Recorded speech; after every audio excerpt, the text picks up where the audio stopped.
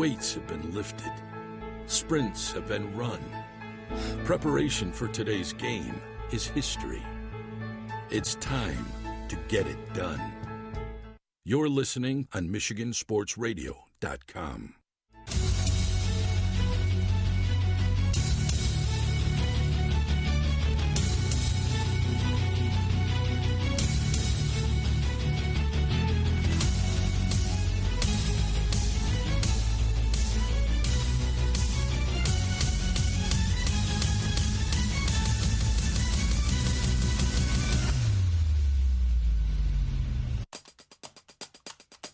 Winter finals will be here before you know it, and there's still a need for registered officials. I'm John Ross, and this is This Week in High School Sports, powered by Michigan Student Aid. Welcome to 2023 as we pick up our winter sports season already in progress. While it seems like the fall season just wrapped up, winter championships will be here soon. So let's get you caught up on the whens and wheres for each of our sports. First is the Upper Peninsula Swimming and Diving Finals for both boys and girls on February 18th.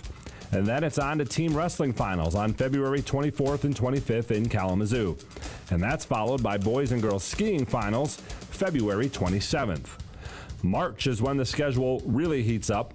The competitive cheer finals will be March 2nd and 3rd this year, and those will be held at the McGurk Arena in Mount Pleasant.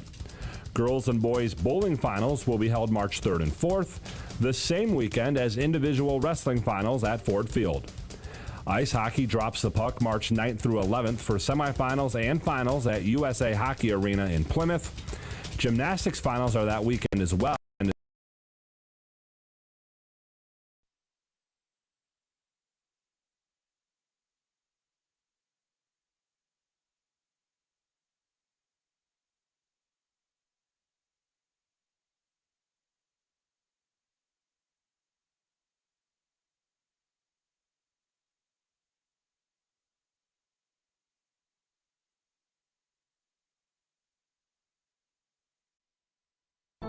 Weights have been lifted. Sprints have been run. Preparation for today's game is history. It's time to get it done. You're listening on MichiganSportsRadio.com.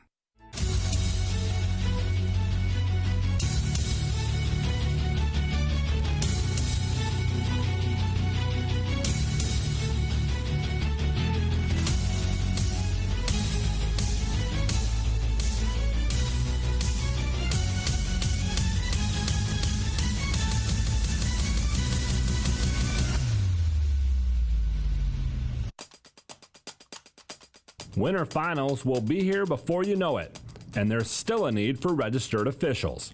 I'm John Ross, and this is This Week in High School Sports, powered by Michigan Student Aid. Welcome to 2023 as we pick up our winter sports season already in progress. While it seems like the fall season just wrapped up, winter championships will be here soon. So let's get you caught up on the whens and wheres for each of our sports. First is the Upper Peninsula Swimming and Diving Finals for both boys and girls on February 18th.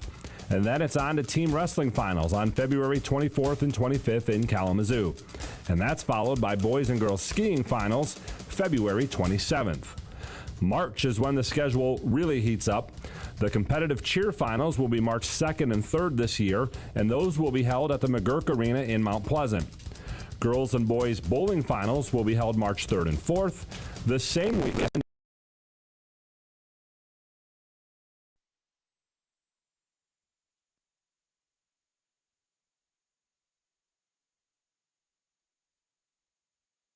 Those will be held at Lakeland High School, and the Lower Peninsula Boys Swimming and Diving Finals are also March 10th and 11th. Girls basketball invades the Breslin Center on March 16th for the start of 3 days of semifinals and finals action. Champions will be crowned on Saturday, March 18th.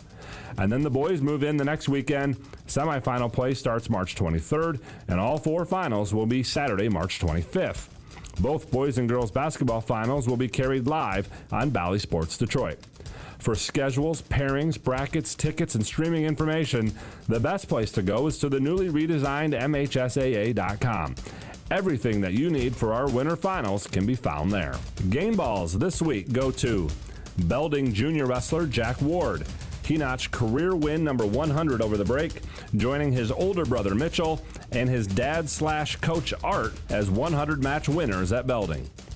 To Bedford's Victoria Gray, she scored 25 points in a 9-point win over South Lyon East in the Airport Showcase. Bedford is off to a 7-0 start this year in girls basketball. And to Montebello senior J.T. Smith, he went over the 1,000 career points mark in a win over St. Charles. Need money for college? You need My Student Aid.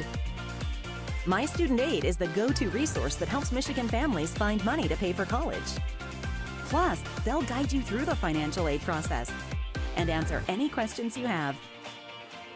For grants, scholarships, and more, connect with My Student Aid, helping make college affordable for everyone.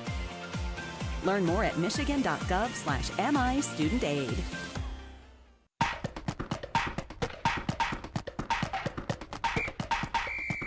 Our weekly Be the Referee feature takes a look at the fine art of officiating with the MHSAA's Sam Davis. If you've seen the movie Hoosiers, you know that a basketball rim is 10 feet above the ground. That's the same if you're in the gym at Beaver Island High School or at Little Caesars Arena. But what are the other court dimensions? To start, courts are typically 84 feet long, but can be up to 94 feet long. They're also 50 feet wide. The free throw line is 15 feet from the face of the backboard, and the high school three-point line is 19 feet 9 inches from the basket. Each hoop is a circle, 18 inches in diameter. The boys play with a basketball 29.5 inches in circumference. The girls play with one at 28.5 inches in circumference. And believe it or not, 2 girl balls will go through a standard rim at the same time. Thanks, Sam. Now more than ever, we need officials. If you are interested, go to the MHSAA website now to register. Sticking with officiating, since 2020, the number of registered officials in Michigan has fallen from more than 9,000 to less than 8,000. It's a dip that puts extra strain on our current officials. But for the fall 2022 season, the number of registered officials is more in line with where we were pre-pandemic, and things seem to be slowly trending up. The MHSAA has increased pay for postseason games and provided membership in the National Association of Sports Officials. Membership gives officials expanded insurance coverages, access to professional services and development, and a subscription to an MHSAA-focused referee magazine. But there's still a need for more. If you are interested, go to MHSAA.com and click on Officials for more information. Because without officials, it's just practice. You've been listening to This Week in High School Sports, powered by Michigan Student Aid, a production of the MHSAA Network. Thanks for joining us. I'm John Ross, and we'll see you next week.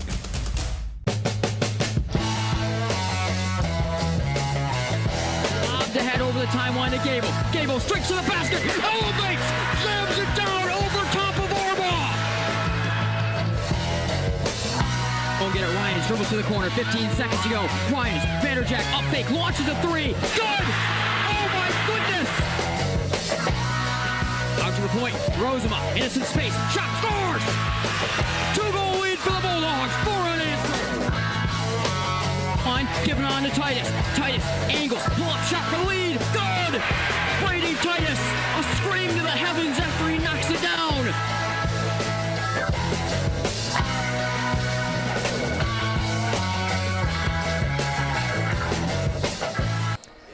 And welcome to Vanderslice Gymnasium. Nate Dreyer, Chandler Timmer with you.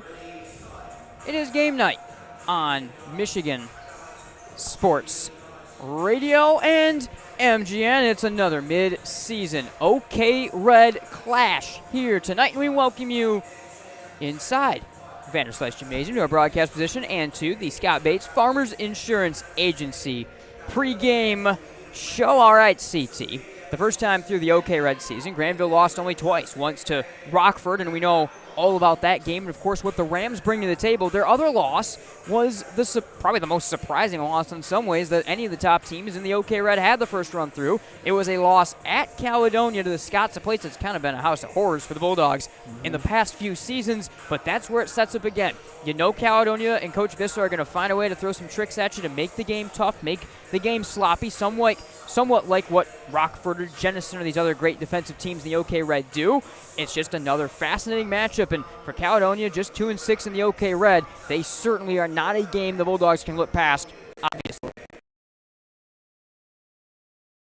With the last couple seasons, definitely makes this one an interesting one. The Bulldogs, they kind of got to look back at the first matchup between these two teams, a game that they had in hand for the first couple quarters, were in control of, and then late game, somewhat of a collapse where the Scots able to come back and take that one. And of course, at the time, still very early in the OK Red slate, and kind of thinking, okay, these teams could be evenly matched. And of course, as the rest of the first half of the conference plays out, that's the one you look back at. And the Bulldogs right in the mix for first place now. That's the one they kind of look back, and if they had that win, things would be just looking a little bit differently. They'd be feeling even a little bit better than what they are now, sitting at the top of the OK Red. So trying to overcome that one and get another win against a team that's had your number here tonight.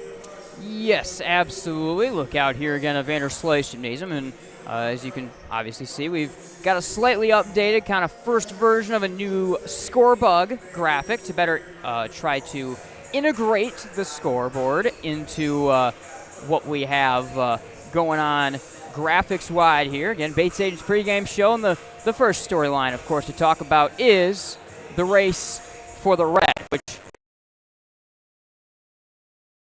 wide open, or a lot wide open, but we do have a little bit of a smaller window of things at the top, as it now is Grandville and Hudsonville that are each on top, sitting right now at 6-2 in the conference. Rockford of East Kentwood each losing to Grand Haven and Jenison respectively last time out. So if this game weren't important enough, you can see where things are setting up right now. Yeah, it's starting to get even a bigger group there now. 5 teams all within a game of each other after Grand Haven able to get that win against Rockford. Another big one that's going to help decide those top teams. But yeah, you look at the top 5 and you see a lot of games and a lot of head-to-head that teams have beaten up on each other, and a lot of games still to go in the second half. Everyone kind of right in play there yet. Yeah, absolutely. And tonight also the biggest matchup is Rockford versus East Kentwood. So 5-3, 5-3. So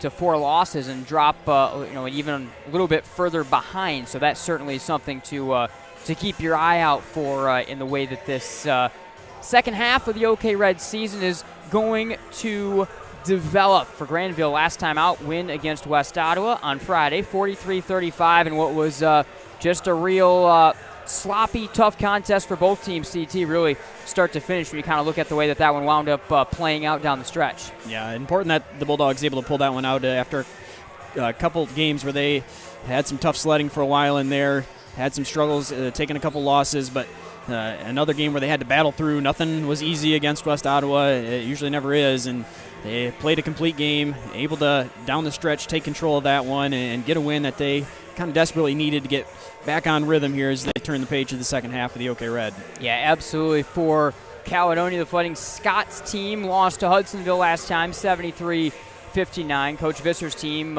scoring 55.1 points per game on the year. They give up 60, but the main thing about what Caledonia does, along with the Bulldogs, I think when you look at a lot of the different ways that these teams play their games, is it's going to be defense first, and it's going to be a storyline of winning the game on the margins, so to speak. And you can see how the last time these two teams faced off, how things matched up. 55-46, Grandville fell to Caledonia, but the field goal percentage, a good job by Caledonia holding the Bulldogs sub 40, which is a talking point the last few games for Grandville in terms of the struggle to score, but the rebounding advantage slightly went to Caledonia. But talking about winning on the margins, it's the little things. The free throw percentage so big last time for Grandville to shoot sub 40% and Cal to be 70% at the line. Yeah, those are some points that add up pretty quickly and could completely change the script of what that game was if they shoot a little higher percentage at the line. But I think as soon as after this game, the Bulldogs losing this one, a tough one, you started to see them get completely change things around. Followed up by now a couple the previous 3 games where the field goal percentage has been back down. So it's kind of trying to find where this team's going to be at, and if they can get back to that hot stretch they were playing with just a couple weeks ago, you could see a completely different game tonight. Yeah, absolutely. It's going to be a fascinating one tonight. We have a great week on MGN lined up as always, as well as Friday. We are back at it. It's going to be a little bit slightly different look for us on Friday night. Grandville will be at East Kentwood. The original plan is another Michigan Sports Radio broadcast team will be there. Instead, it sounds like that may not be the case. There actually is going to be, there's a YouTube broadcast. There will be plenty of coverage from East Kentwood for that game. But we are going to have our first kind of mid-conference season featured game of the week, as we're going to Unity Christian. Coverage starts 5:30 p.m. That's a really good game, especially on the boys' side. A really interesting game between a couple of teams that we've seen a few times already this year on MGN. So looking forward to that on Friday. All right, we're going to step aside here on the Bates Agency pregame show. When we come back, we got a lot more to get to.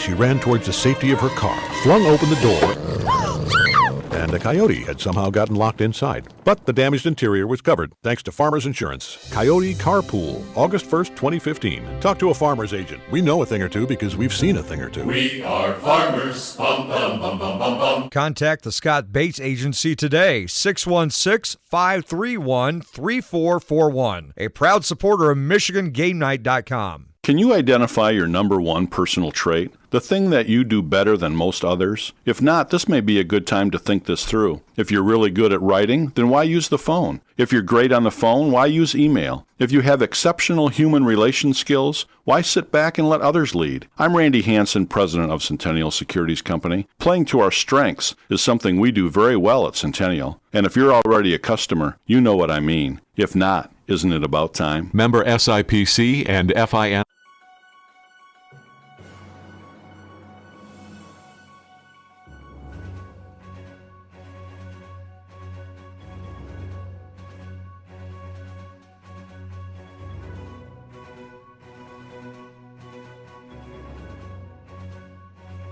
Rather than just always relying on one player. Yeah, Scott Bates Agency pregame show continues here on game night on Michigan Sports Radio.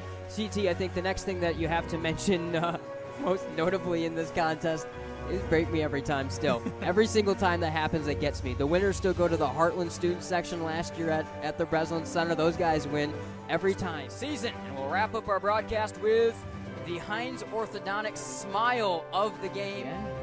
Driver. Hi, I'm Chandler. Oh, wow. We're going to leave this in. All right. This is staying in the show. He is Chandler Timmer. I am Nate Dreyer. This is what happens when you work together for 6 years. The names are one. We're just one, yeah. Chandler Timmer, Nate Dreyer. Chandler Timmer, Nate Dreyer. Michigan Game Night, Tailgate Report. We clearly have to stop talking. I do at least. I will see you all. I see you too. Friday night, Grandville, Wyoming. I think 6:30. We're on the air for that. Goodbye. And Cam Regnerus has scoring report for the Panthers. 4 points thrown at that point guard position. Tough backcourt in general. Getting to some of those other pieces that we have out there. After 3 years, it finally almost came down on me. Good catch. I don't know what kid caught that, but that was a good catch. But regardless, a tough back.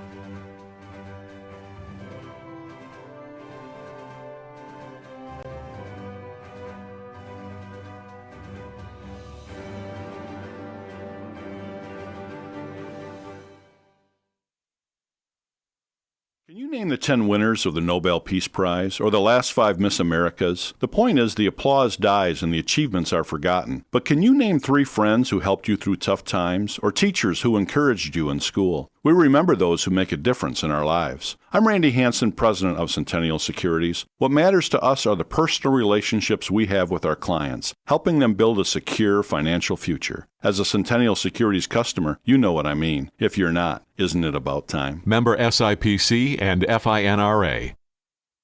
Daniel the deer danced everywhere. He pranced through fields and jigged through rivers. Then he saw it.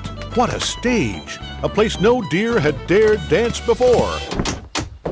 The hood of a brand new car. Hey, my car! And the car was covered, thanks to Farmers Insurance. Dear Dance Floor, December 1st, 2014. Talk to a farmer's agent. We know a thing or two because we've seen a thing or two. We are farmers. Bum, bum, bum, bum, bum, bum. Contact the Scott Bates Agency today, 616-531-3441. A proud supporter of MichiganGameNight.com.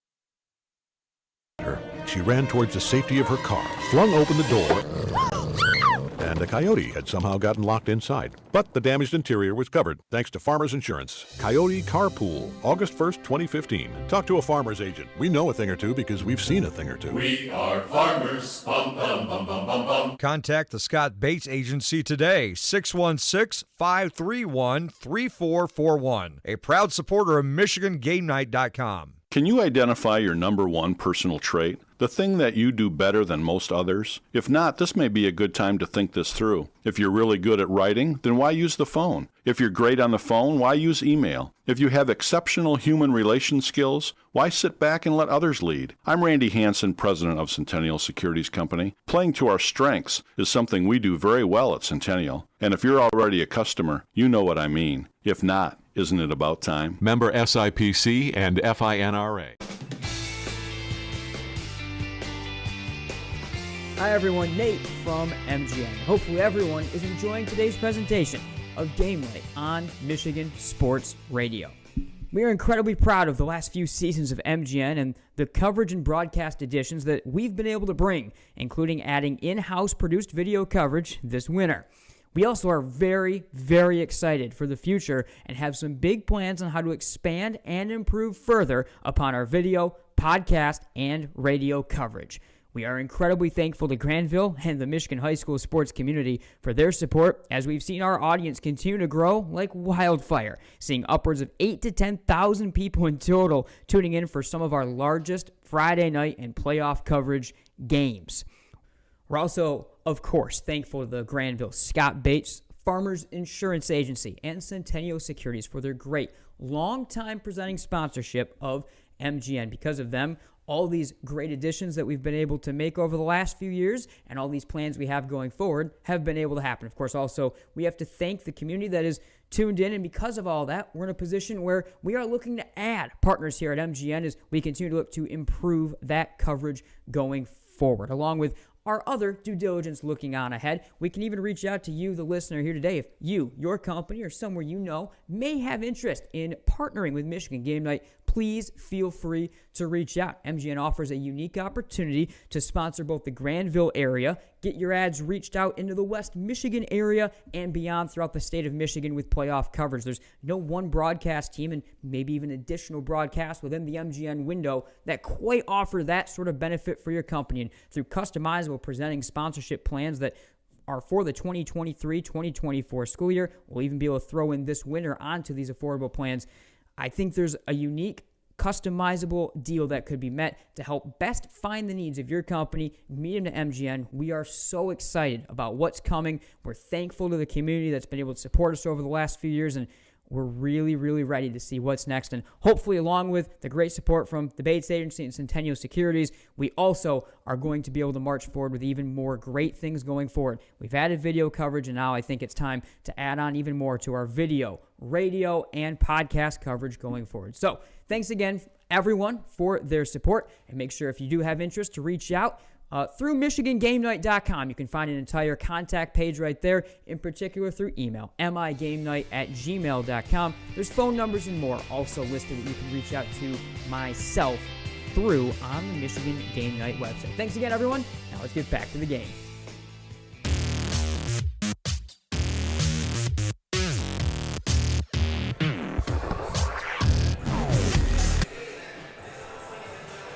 And welcome back here to Game Night. Nate Dreyer, Chandler Timmer with you. It is the Bates Agency pregame show. Continuing to work through, you may have noticed during our last segment, a couple different little hiccups on the graphics that actually are unrelated to the new graphics package, more to the camera itself that we are utilizing on the scoreboard, but hopefully working on getting some of those things corrected and some things shored up on the graphics package right CT. So Grandville, Caledonia, kind of quickly take us through some of the keys to the game for both these teams. Cal looking for another upset. The Bulldogs looking to split and stay atop the OK Red. Yeah, for the Bulldogs, it's a lot of the same thing that's been the secret recipe for them the whole season, and that's making sure Cam Regner stays involved and get Tyson Mann going early, preferably for the Bulldogs. You saw him get shut down in the first half against the Panthers, held scoreless, then go off for 16 points in the second half, and Bulldogs able to close out that win. So getting those two guys going early, of course, still talking about some secondary scoring. As you look down the lineup, guys like Quentin Hendrickson and Logan Stockwell able to hit some threes in the previous game. They'll have to continue to shoot like that for the Bulldogs to improve and try to pick up a win. Yes, absolutely. That the critical Caledonia. I mean, Coach Visser is known, Chandler, for throwing a lot of different weird looks at you. I think that'll be the case again today. Yeah, I think much like the Bulldogs are traditionally built around their defense and locking it down, the Scots very much the same way. They trust a lot of their defense to go out there and try to win them some games, keep them in it, make the game sloppy, force the Bulldogs to really have to work, force them into mistakes, and of course they've got some scorers as well, some athletes, both that are tremendous on the basketball floor and some guys that you'll recognize from the football field as well. Let them take over and have an opportunity. Yeah, one guy you will definitely recognize their key defensive kind of heartbeat of that side of the floor. Mason McKenzie, of course, just signed to Saginaw Valley State for football a few weeks ago. All right, National Anthem on deck. We're going to step aside. Be right back here on Game Night.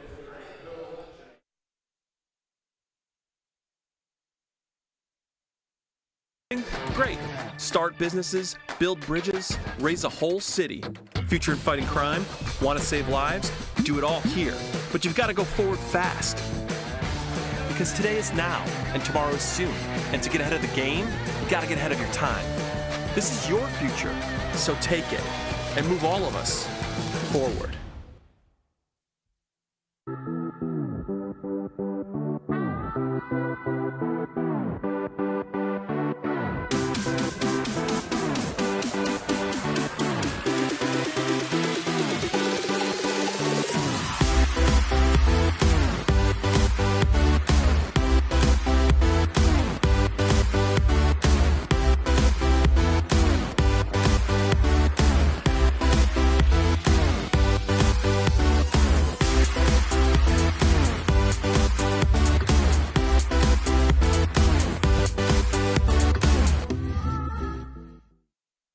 To everyone who loves great food, let us make you a meal the Wisconsin way. We cook each Butterburger to order for you and the people you love, so it's the best part of your day. The best. The best. And every creamy scoop of fresh frozen custard, pure happiness. Pure happiness. Pure happiness. Because where Culver's comes from. And the heart of America's Dairyland. Our love. Our love for fresh food is as strong as our love for all of you. From Wisconsin with love. Welcome to Delicious.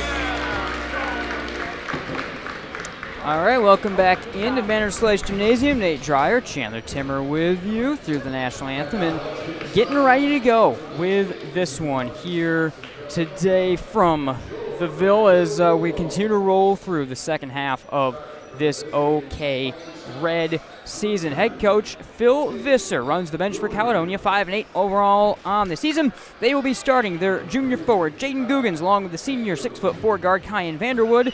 Alongside him in the backcourt, the 5'9" senior guard, Elijah Holt, and the 5'11" senior guard, Mason McKenzie. And in the middle, they have the 6' senior forward, Theron Sanders, that draws into their starting lineup. So that is the look. Last time it was DeHorn, not Sanders. I believe DeHorn is out, though, right now. It appears for Caledonia. Let's take it down courtside, and let's get the Bulldogs introduction.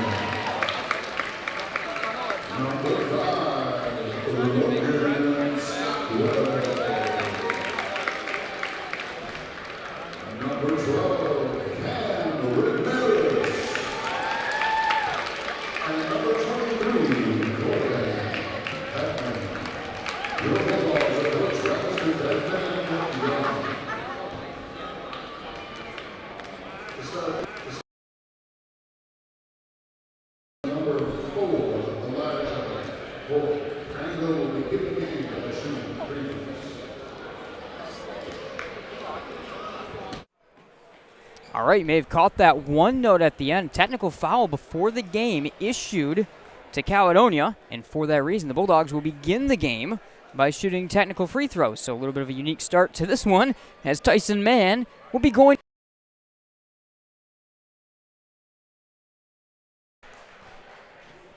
And Mann able to get on the board with the first.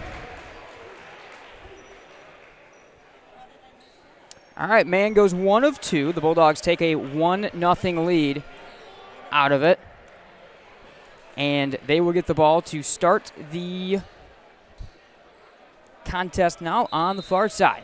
So Bulldogs open with Hendrickson, Mann in the backcourt, Stockwell on the wing, and then Heckman and Regneris up front for the Dogs. Here is Stockwell up top, feeding for Regneris.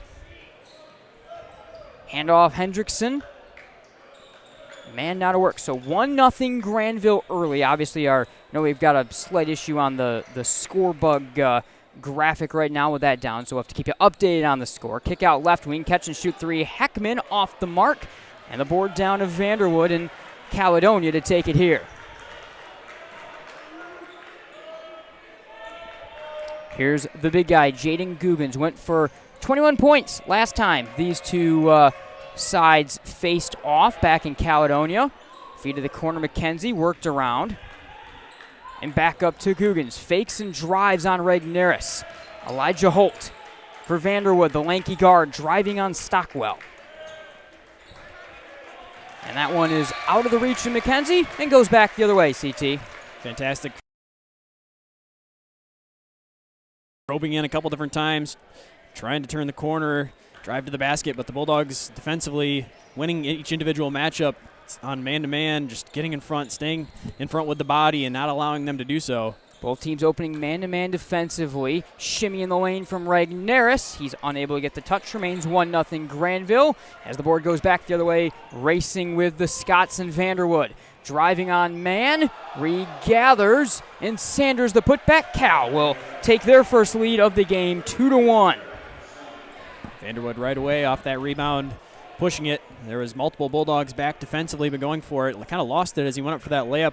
Bulldogs looking for a travel call, not getting it, and Theron Sanders there for the offensive putback. Stockwell for Tyson Mann. 2-1 Caledonia early. Mann, he'll be dared to take the 3 and can't knock it down as Caledonia takes it back the other way with Holt. Here's Vanderwood corner, has Regneris on him.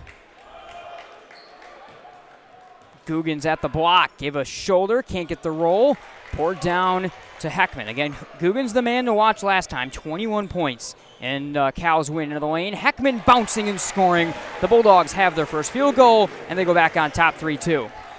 Corbin Heckman being aggressive, you like to see that for the Bulldogs. Haven't seen it a ton from him off the bounce, but seeing a crease there and taking advantage of it. Driving a kick on to Guggens. Guggens gave a shoulder to Regneris. Floater no, rebound Hendrickson. And a foul on the chase up the floor on Mason McKenzie. Second foul on Caledonia. By the way, the technical was given to Elijah Holt. So that is who the tech was ultimately assessed to on that last decision. Mason McKenzie, as Quentin Hendrickson had grabbed that rebound just from behind, reaching in, kind of a careless foul there. Hendrickson handoff for Heckman. Pulling his way on Holt. Had that matchup up top for Tyson Mann. Mann flying and able to get the roll. 3 for Mann, and the Bulldogs take a 5-2 lead.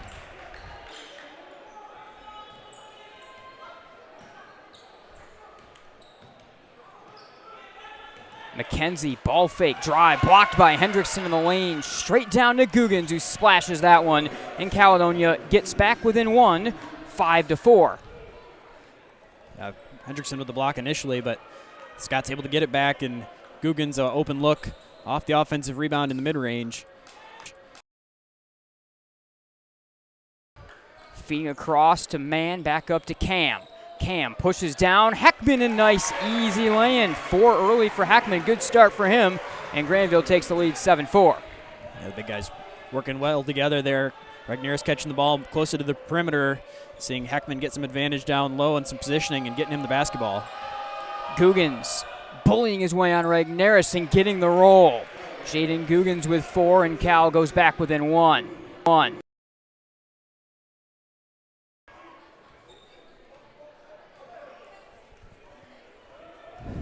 Tyson Mann, top of the key. Is Caledonia going to bring out a little bit of a matchup 2-3 zone right here? Stockwell skipping for Regnerus. Regnerus back to Stockwell. Catch and shoot 3. Can't get the roll. That one 360s and will not fall. And he'll go back the other way with the Fighting Scots. 3:45 in the first, 7-6 the early lead for the Bulldogs in this one. Bulldogs looking to stay on top of the OK Red this evening with a win.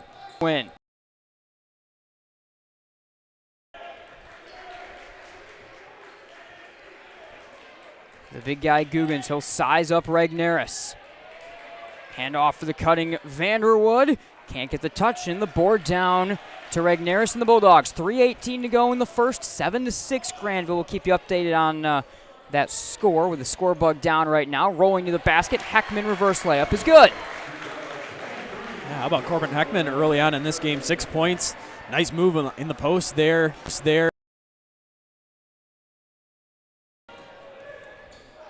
Elijah Holt driving on Quentin Hendrickson.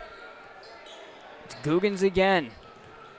Runs that kind of point forward type roll. Feed down low. Nicely stolen by Stockwell. He'll have the run out. 9-6 Grandville. Lob for Hendrickson. He'll curl it out to Tyson Mann. Mann drives corner. Catch and shoot 3. Stockwell got it. 12-6 Grandville and a timeout from Coach Visser. The Bulldog faithful loving it. We're going to step aside. Be right back.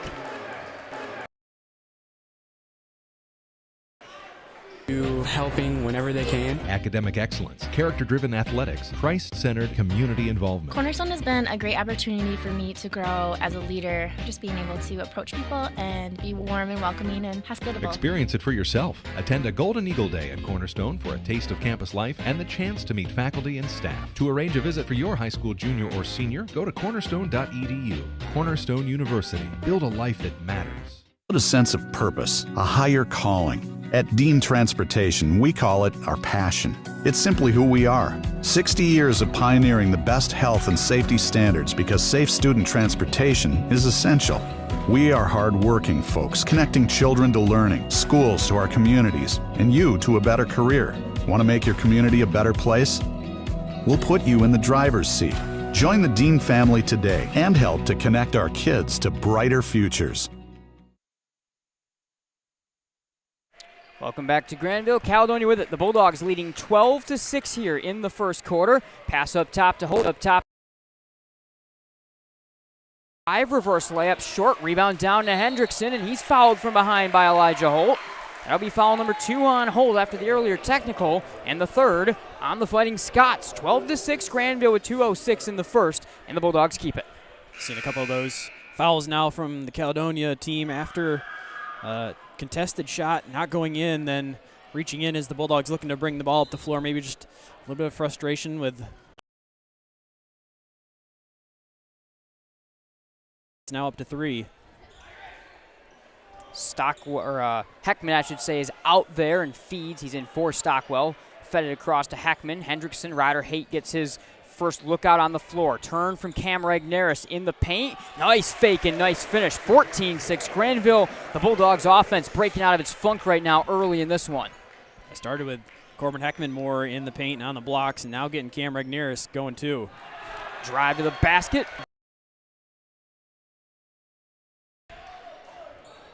Haight up top for Highbore. Back on to Haight and around. Quentin Hendrickson goes around the Regnerus screen. Bouncing, and now he's fouled. That'll be foul 4 on the Scots, and they will get the reach on Chris Paletti, the junior, who's on the floor for the first time right here. Grandville 14, Caledonia 6 with 1:23 in the first. Hendrickson going strong to the right side. Looked like he was trying to kick a pass out to Highmore in the corner. Would have been a pretty open look, but the foul on the arm as he was trying to dish that one off. Thrown in to Regnerus. Regnerus turns the back on. Nice. The Bulldogs go up by 10. Really nice find from the big guy. Yeah, Regnerus keeping his eyes underneath the basket. Hendrickson had kind of disappeared, and the defense had lost him along the baseline. Vanderwood looking to drive around the Highbore defense. Off the mark with everything. McKenzie throws in bounds, but spikes it into the foot of a racing Quentin Hendrickson. See Hungerford racing along with him out there. Pass to Haight is settled down. Haight feeds the big guy again. Huge size advantage for Cam Regneris. Turns, corner, all alone.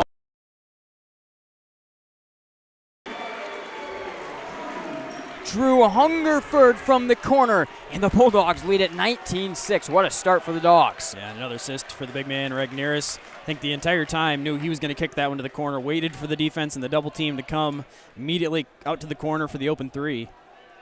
For a Grandville offense that's been fighting it so much, they shot 22%, by the way, in the win against West Ottawa last time out. Here's a move to the corner as it was Greenfield with it for the first time. Corner, Mason McKenzie stepping back. Great defense on him. He'll miss it all, and that'll do it for the first. 19-6 the Bulldogs with a really strong start against the Scots. We will be right back.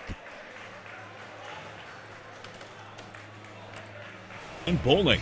Compete against your friends or family, throwing a football at 10 real bowling pins. You can bring in your own food, or they have a pair of 45-foot bars featuring soft drinks and adult beverages. Visit foldingwarehouse.com, Grand Rapids, to reserve your lanes. Founded in 1969, J&H Family Stores has grown from a single tank truck to over 50 convenience store locations in West Michigan. Our locations offer a variety of fuel options ranging from Exxon, Mobil, Marathon, and Citgo. At many of our stores, you'll also be pleased to find a Tim Hortons or Subway. Find the location near you by visiting myjhfamilystores.com.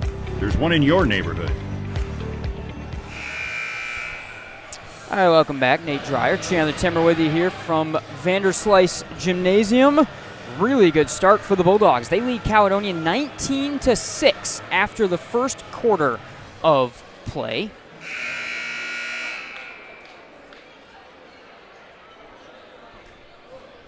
So we begin the second, 19-6. Again, apologies on the score bug. We're actually going to make some alterations at halftime to try to clean things up a little bit in that regard. I'll tell you more. There may be a stream reset that'll have to take place to do that. But regardless, Maddox Greenfield has it back underway as the Bulldogs are coming off that really good start. Greenfield driving all the way to the basket on his own. And Maddox Greenfield, the junior guard, able to take it all the way to the rack and put Cal back on the board. 19-8 game.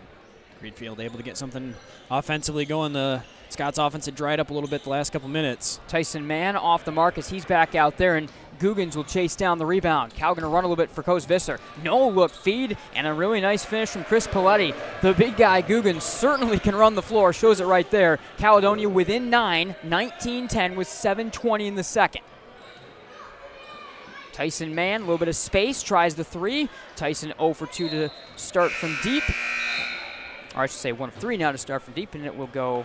No, 0-2 to start. He hit the free throw earlier. At least he has outscored his first game total. Tyson held off the score sheet. I talked to Tyson before the game. Said to him, first thing, you're just going to make sure you're not shut out in this one. He said yes, and we need to not start that bad ever again in a game. And he's at least off to a better start in this one. 3 for Tyson early, and the Bulldogs lead at 19-10 with 7 to go in the second quarter. Vanderwood, Mason McKenzie able to step away from Mann, launch the three. Now off the mark for Mason, and a foul on the fight for the ball will stay with Caledonia.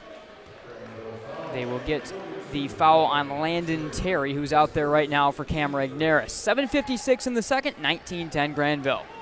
Yeah, Thayer Sanders physically trying to go on the offensive glass, forcing the foul on the Bulldogs and keeping the possession alive for Caledonia. Vanderwood rocking with it.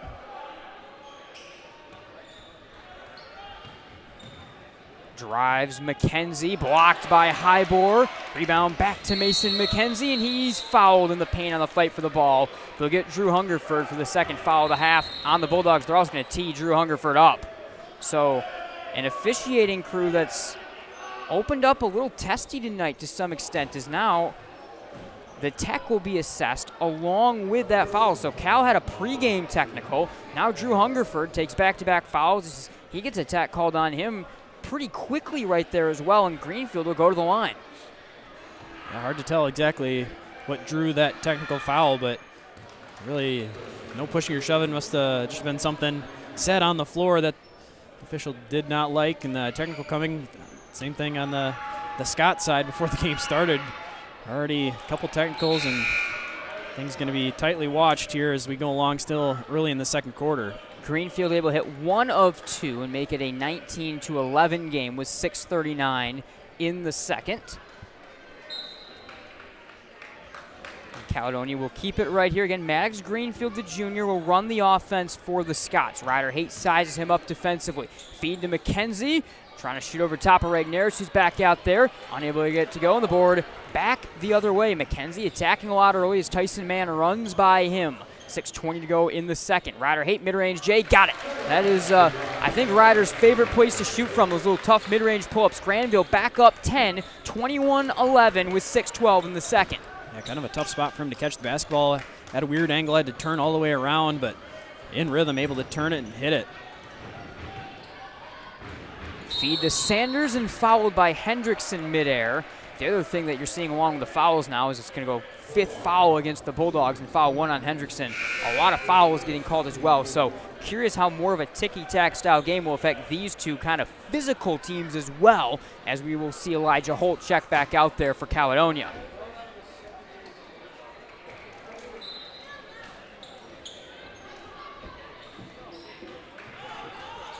Holt tries to feed into Sanders, and it's poked and stolen by a trapped Ryder Haight.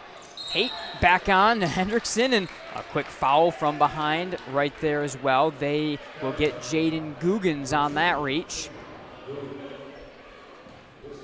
That is foul 1 on Googans and 5 on Caledonia. Nice work out the inbounds from Ryder Haight and Quentin Hendrickson, both there to disrupt that pass. Right away, jump on the loose ball. Ryder Haight pivoting back and forth, trying to get out of that double team, and eventually able to do so. Stockwell hit the 3 earlier, and it's poked and stolen here by a racing Elijah Holt. Holt on to McKenzie. McKenzie unable to get the roll. Now Stockwell down to the board, stolen straight back. Googans got the finish. 6 now for Googans, and Caledonia comes within 21-13, 5:23 in the second. Googans continues to play very physical, not giving up on that ball. Caledonia will zone him up right here. Kind of a 1-2-2 matchup type look. They go to a tighter version of their full court defense. Up top for Haight. Swung corner for Stockwell. They'll dump it for the big man. Regneris, the turn and the finish, and 1. 4 for Regneris, and the Bulldogs back up 10, 23-13. 5 to go in the second. I think they really probably could have had a foul right away in that entry pass. It looked like the defense had a piece of Regneris' arm as he was trying to catch that pass. But I think Kane will take that one as they spin towards the basket, gets the shot, and now the foul called for the end 1. 1 more for Regneris, trying to add that 3-point play. Unable to get it to go at the line. Again, that talking point, Grandville sub 40% at the line the first time these two teams played. A big factor in that one down the stretch. Grandville leads by 10 with just under 5 to go in the second. Googans blowing into the lane, leaning and scoring around Cam Regneris. Jaden Googans with 8 leading the Caledonia offensive charge. A lot of really tough shots, 23-15. An answer from Stockwell, no, and McKenzie the high-reaching rebound. Vanderwood, transition triple, foul. They're going to get Stockwell, saying he got a piece of his hand right there on the shot, so 3 at the line for Vanderwood. Grandville 23, Caledonia 15 with 4:33 in the second. Scott's getting ball up the floor quickly, going right into a transition 3. Stockwell trying to close out from the side. Definitely got a part of the ball and affected the trajectory of it, but the official saying that there was some contact there on the hand, on the shooting motion, and to send the Scots in line. You can see Coach Young right away talking to Logan Stockwell, and not trying to argue that call too much with some technicals already being handed out here. Vanderwood starts 0 for 2 and kind of turns back, wondering his teammates what's going on right here. Normally so sure-handed at the line is Vanderwood, 6'4" senior, grew a lot this offseason as well, and he'll look to try to get at least 1 of the 3 at the line here. Board down to Hendrickson. And out of the scrum, Googans will take it and push it on to Elijah Holt. Holt swatted, but a foul on Tyson Mann. And that'll be 7, so free throws regardless here for the Scots. That is foul 1 on Tyson Mann, 4:19 in the second, 23-16. Seen the Scots start to turn this into a little bit more of a transition game. They're getting out, pushing the pace off the defensive rebound right away, not letting the Bulldogs set up in man-to-man defense. It's led them to a foul on a three-point attempt, and then another foul here as they were trying to attack the basket. And makes it a 23-16 game. Grandville leading with 4:14 in the second. Hendrickson for Heckman. Finds Tyson Mann. Mann followed by McKenzie. Regnerus can't get the touch, but he gets the follow. 6 for Cam Regnerus. 25-17 Grandville. 3:52 in the second. Regnerus able to use the dribble to get himself more in the middle of the lane. Then even though the first shot takes a tough bounce right there to get his own rebound. Tough one and one for Kyan Vanderwood, able to snake his way to the rim around Hendrickson, and he will get one more coming. Foul 2 on Hendrickson. 7th foul on the Bulldogs. And here is Vanderwood at the stripe. Unable to complete the three-point play. He's off to a rough start. 1 of 4 at the line is Vanderwood. It's 25-19 Grandville with 3:40 in the second. Here is Heckman for Tyson Mann. Mann on to Hybor. The big guy Regnerus dumping for Heckman. He'll get the touch and the finish over top of Theron Sanders. Heckman making a nice spin move. Looked like he was going to go more out to the elbow. Spins back around and able to find him right away. Sticks that hand up, makes himself available for that pass. 27-19, Grandville leads. Here's Holt. Stutter stepping to the basket, reaching around Hybor. Can't get the touch. Good game defensively for Hybor as well for the sophomore, playing a lot of minutes in the second quarter. Hendrickson transition 3 off the push pass from Mann, and the rebound down to Regnerus. Lobs, Heckman, that's the combo again. Oh, he can't get the touch. 27-19. Vanderwood drives, reaching rebound, no, and this one taken down by Heckman. Now he's going to push it a little bit on to Tyson Mann. Mann versus McKenzie, leaner, unable to get it. Nice rebound to Hendrickson. Mann flying, cannot score. Another easy look, back-to-back possessions. The Bulldogs unable to cash in. They still lead at 27-19. Googans tries a 3. That one misses it all. Mann with it. Let's see if they settle it down maybe a little bit. Bulldogs been able to get about 3 shots right underneath the basket, but a couple tough bounces and not getting the basketball to go in. Now slowing it down a little bit in a longer possession. Here's Heckman in the wing, across for Quentin Hendrickson. Lob for Regnerus, and he's fouled from behind by Jaden Googans on that push. That's 3 fouls on Googans and 7 on the team. So Landon Regnerus, Cam Regnerus, I see Landon down there. He's here tonight. So Cam Regnerus will go to the line and go to work right here for a 1-and-1. 27-19, Grandville leads with 2:06 in the second. When the Bulldogs slow the offense down a little bit, they get some side-to-side movement across the court. Regnerus gets a chance to go back and forth, trying to set himself up for a post-entry pass. The Scots having to do something to try to push him off his spot. They're going to have to do that with a lack of size on the interior for that matchup. Googans with the foul, trying to push him out. All right, 7, and it'll stay a 7 for Regnerus now. The Bulldogs lead at 28-19 with 2 minutes to go in the second quarter. Googans blowing, and he'll draw a foul on Regnerus. And Regnerus probably got to be careful arguing his point right there as Coach Young kind of waves him off. Like, yes, Googans may have turned up the nose a little bit, but I don't think this is an officiating crew right now that is looking for too much argumentation. I think there's something chippy about the start of this game already that set the tone for it. We had a technical before the game started. Grandville and Hungerford drew a technical, and that's going to set the course of the game a little bit. Googans hits the first. He has another coming. 9 now for Googans, 28-20. Grandville with 1:59 in the second.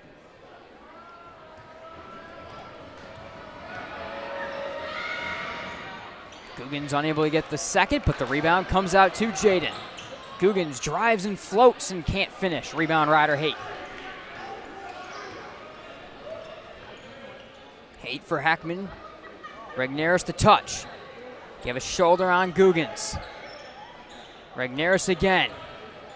Working, shimmying to the rack. Can't get the touch, but the board and the follow goes. 9 for Cam Regneris. Final 90 seconds, second quarter, Grandville by 10, 30-20. Regneris now with a couple of those where he makes a good move initially, just a harsh bounce off the rim, but right there to get his own rebound with that height advantage. McKenzie feed stolen by Haight, pushed on to Highborn. He scores in transition. Colin Highborn on the board, 32-20 Grandville.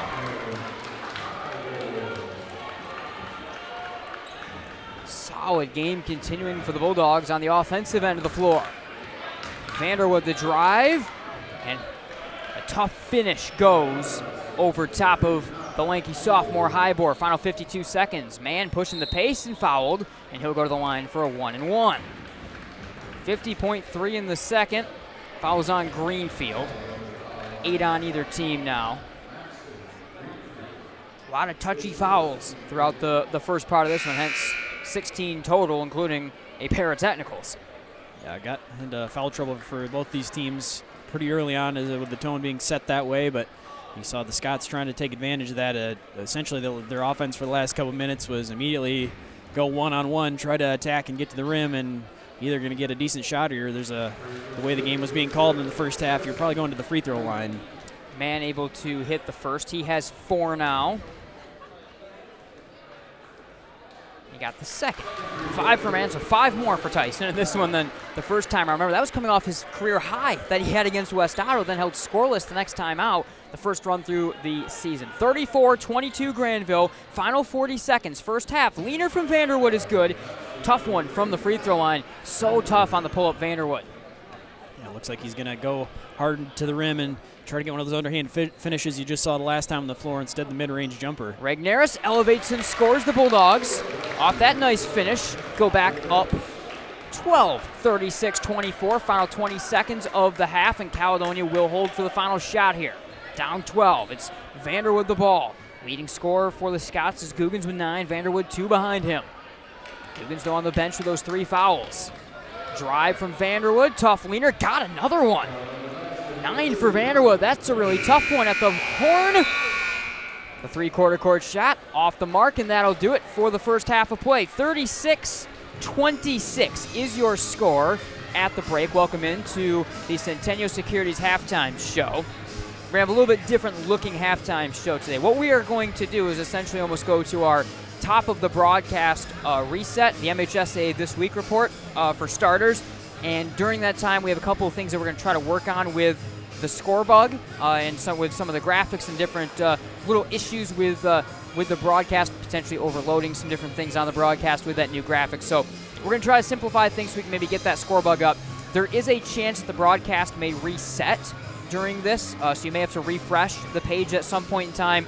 And if you're watching through YouTube or Twitter, there's a chance the stream may go away, not come back when we do that reset, so you have to watch through MichiganSportsRadio.com/MGN or the Listen Live page there. So I'll hand it over to you, though, first, Chandler. Takeaways from a really strong first half for the Bulldogs, lead by 10. Yeah, the Bulldogs look like the offense that was here a few weeks ago is back, at least for that first half. They were knocking down some big shots, getting back to what they do best, and that's getting Cam Regneris involved. He had an effective first half offensively. Tyson Mann as well, able to score before the game even started, which was big, and kind of break open the scoring for the Bulldogs. But I think the offense looking a little bit better. Caledonia, slow first half offensively, or first quarter for them offensively. The second quarter a little bit better.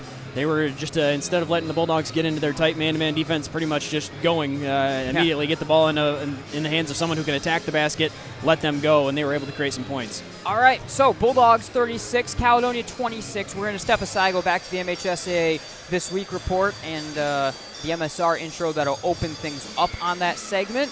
And again, broadcast might reset. We'll be right back if it does, and kind of right back to where we were. So with that, we're going to step aside and be right back, and hopefully have the broadcast a little bit better. Hopefully the broadcast is working as well as the Bulldogs offense was by the time the second half comes back around. We'll be right back. Weights have been lifted. Sprints have been run. Preparation for today's game is history. It's time to get it done. You're listening on MichiganSportsRadio.com.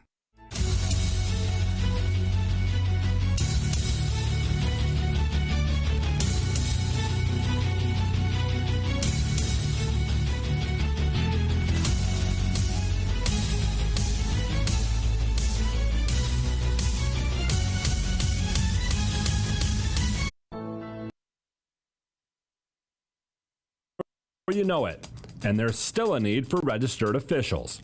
I'm John Ross, and this is This Week in High School Sports, powered by Michigan Student Aid. Welcome to 2023 as we pick up our winter sports season already in progress.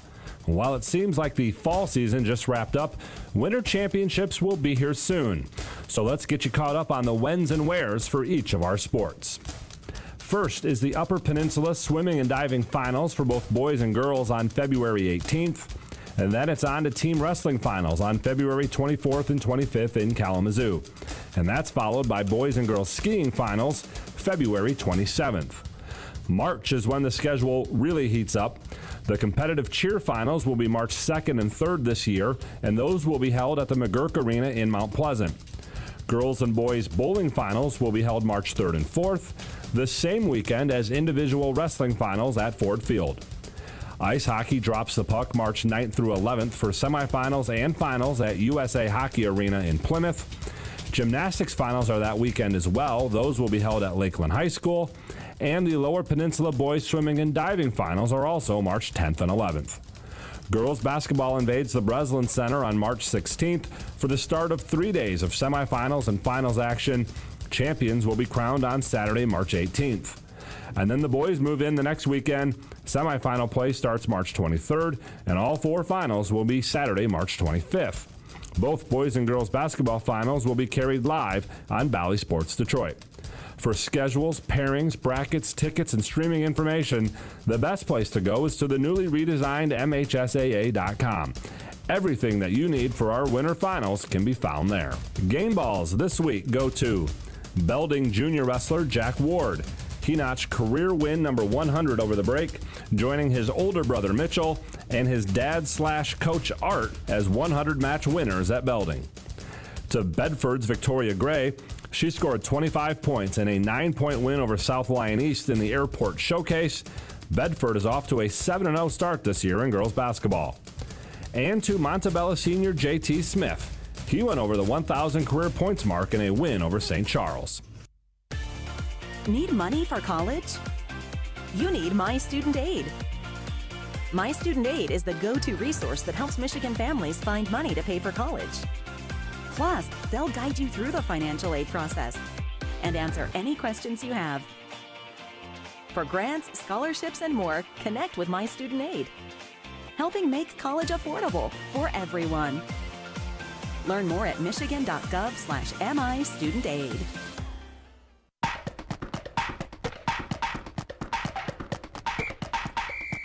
Our weekly Be the Referee feature takes a look at the fine art of officiating with the MHSAA's Sam Davis. If you've seen the movie Hoosiers, you know that a basketball rim is 10 feet above the ground. That's the same if you're in the gym at Beaver Island High School or at Little Caesars Arena. But what are the other court dimensions? To start, courts are typically 84 feet long, but can be up to 94 feet long. They're also 50 feet wide. The free throw line is 15 feet from the face of the backboard, and the high school three-point line is 19 feet 9 inches from the basket. Each hoop is a circle, 18 inches in diameter. The boys play with a basketball 29.5 inches in circumference. The girls play with one at 28.5 inches in circumference. And believe it or not, 2 girl balls will go through a standard rim at the same time. Thanks, Sam. Now more than ever, we need officials. If you are interested, go to the MHSAA website now to register. Sticking with officiating, since 2020, the number of registered officials in Michigan has fallen from more than 9,000 to less than 8,000. It's a dip that puts extra strain on our current officials.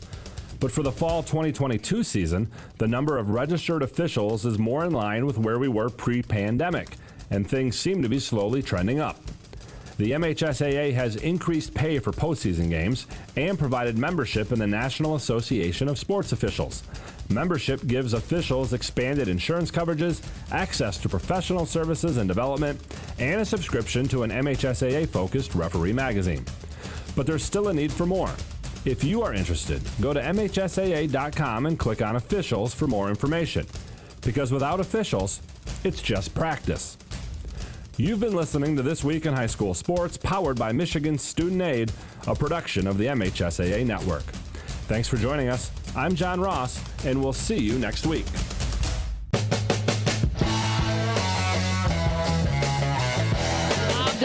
timeline to Gable. Gable straight to the basket, elevates, slams it down over top of Orbaugh.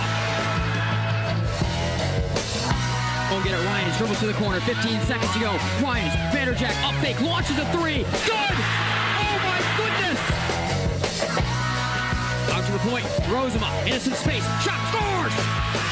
2-goal lead for the Bulldogs, 4 unanswered. Line, giving on to Titus. Titus angles, pull up shot for the lead, good!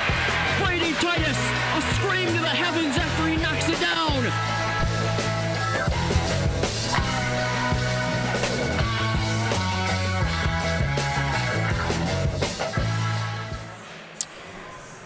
All right, welcome back to Vanderslice Gymnasium. Nate Dreyer, Chandler Timmer with you. As you can see, based on your scoreboard, everything I tried didn't work. So we are back rolling in the second half. Right, CT, 36-26. That was a very fast-seeming halftime to me, at least, trying to work out some different things. But take us through some of the keys to the second half coming up.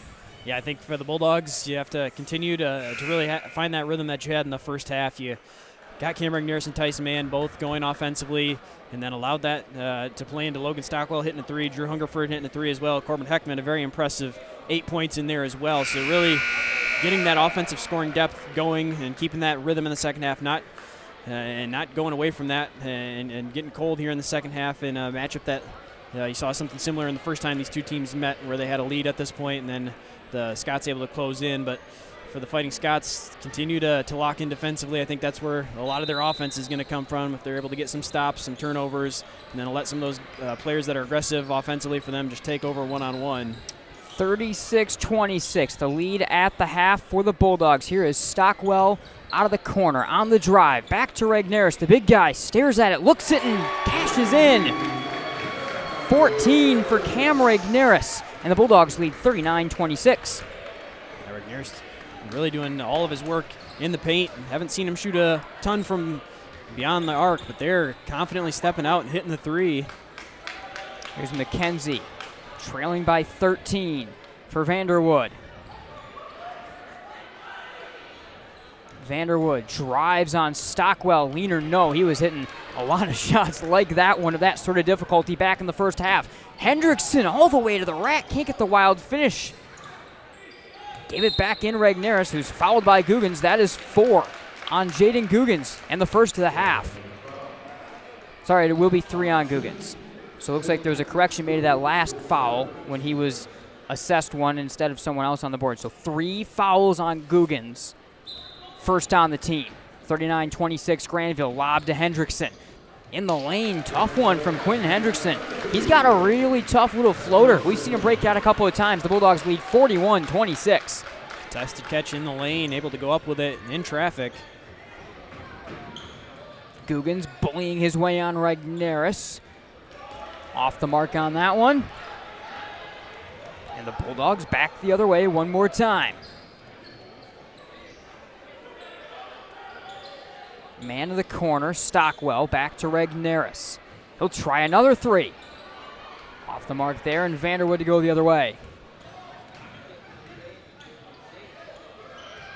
Guggens one-on-one with Regnerus, gave a couple shoulders, blocked by Cam. Back to Guggens, and he's fouled by a reaching Hendrickson. 6:19 in the third, 41-26. First foul of the half on the Bulldogs. And that is also foul 3 on the Bulldogs, number 2, Quentin Hendrickson.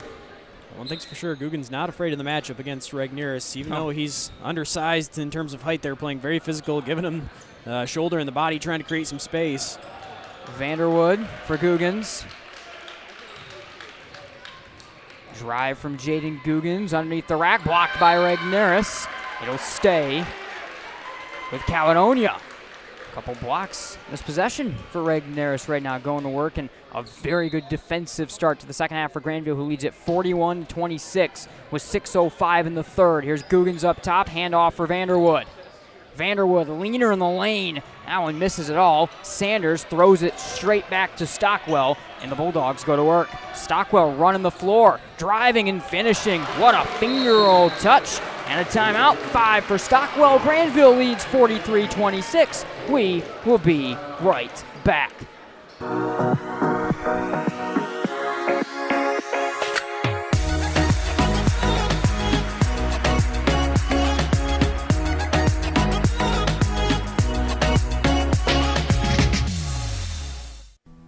Looking for a great place to buy a used truck or car? Check out Extreme Truck and Auto Center, located at 1098 O'Malley Drive in Coopersville. They have a huge selection of trucks, cars, vans, and SUVs. Stop by their lot or give them a call at 616-384-3777. You can check out their inventory at xtacenter.com. Welcome back to Vanderslice Gymnasium. Nate Dreyer, Chandler Timmer with you here on game night on Michigan Sports Radio. 43-26 with 5:51 in the third. Grandville leading Caledonia in what is, of course, as we've mentioned, been a very, very solid performance both ends of the floor, but especially offensively for what had been a struggling Bulldogs offense, Chandler. Yeah, nice 7-0 run here to start the second half as well, picking up where they were in the first half. Getting 3 from Cam Regneris as well. Has some other buckets down low and getting some scoring from multiple players as well. Here is Elijah Holt, 1 point for the senior guard in the first half. Mason McKenzie with it. Looking to get some motion going as the Bulldogs man-to-man defense off the foot of McKenzie and works back around to Vanderwood. Holt on Tyson Mann. Holt for Guggens. Sanders gets the touch. Now back to Jaden Guggens. 9 in the first half for Guggens to tie for his team's lead in scoring in that half. Doing his work on Cam Regneris. Vanderwood tied him with 9 in the half. Guggens spins and kicks. Theron Sanders. 5:10 third quarter. 43-26 Grandville. Holt hits a cutting McKenzie. Touches to Sanders. Travel. It'll go the other way. 5:03 in the third, 43-26. I think I've seen an exact little shovel pass between McKenzie and Sanders before, but a travel called on that one, and the Bulldogs take over. Yeah, you see the Bulldogs defense going to work right there. Almost the 50-second possession. The Scots looking to go. They were trying to make something happen the entire time, and just really nothing there until McKenzie forced to travel. This is kind of the part of the game where Caledonia really upped their pressure the last time these teams saw each other. They doubled Regneris. They gave Stockwell a ton of space, and Logan unable to knock that one down. It'll go Cal's way with Maddox Greenfield. 43-26, 4:40 third quarter. Guggens for Holt. Kicks corner, Mason McKenzie. The drive and the finish. McKenzie able to get that matchup on Heckman and get the finish at the rack. All the way to the basket, Cam Regneris. A quick answer. Regneris with 16. Very good game for him offensively. 45-28 Grandville halfway through the third quarter.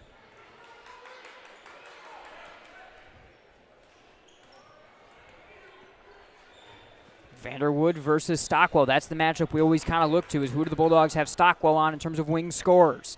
Greenfield for Vanderwood. Stockwell sticking with him.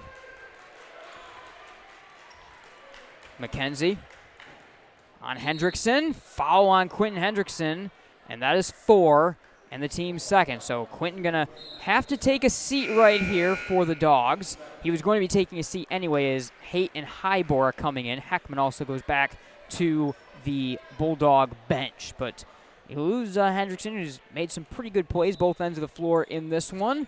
Grandville leads at 45-28, 3:44 in the third quarter. Holt for Mason McKenzie. Driving floater. Cannot get the touch. The rebound poke to the corner, and Elijah Holt able to settle it down. Guggens drives on Regneris. Poked out of there by Stockwell, but it stays with the Scots for a while. It was kind of a long turnover just waiting to happen. Eventually it goes the other way with Tyson Mann, and Tyson will go to the line and shoot a couple right here. Foul on Mason McKenzie. 45-28 Grandville, 3:22, third quarter. Foul 2 on Mason, foul 2 on the team. Continue to be impressed with what Logan Stockwell can do defensively. It was Vanderwood in the first half hitting some very difficult shots. That was what was keeping the Scots as close as what they were. Now Stockwell drawing that matchup and keeping Vanderwood much more quiet. He, not even there, his awareness defensively to reach in and poke as Guggens was looking to drive in. It wasn't the steal necessarily, but it's kind of what started the downfall of that possession for the Scots. Oh, Tyson can't get that one either at the line. It'll go back the other way. 46-28. See Landon Terry come out for a very big Grandville unit right now between Terry, Regneris, and Hybor. Guggens on Terry. Got it. 11 for Googans. He certainly can do some good work turning and shifting in the lane, blows down the lane and passes the ball pretty well as well. Grandville leads by 16, 46-30. Drive from man, floater, cannot get the touch. The put back to Regneris.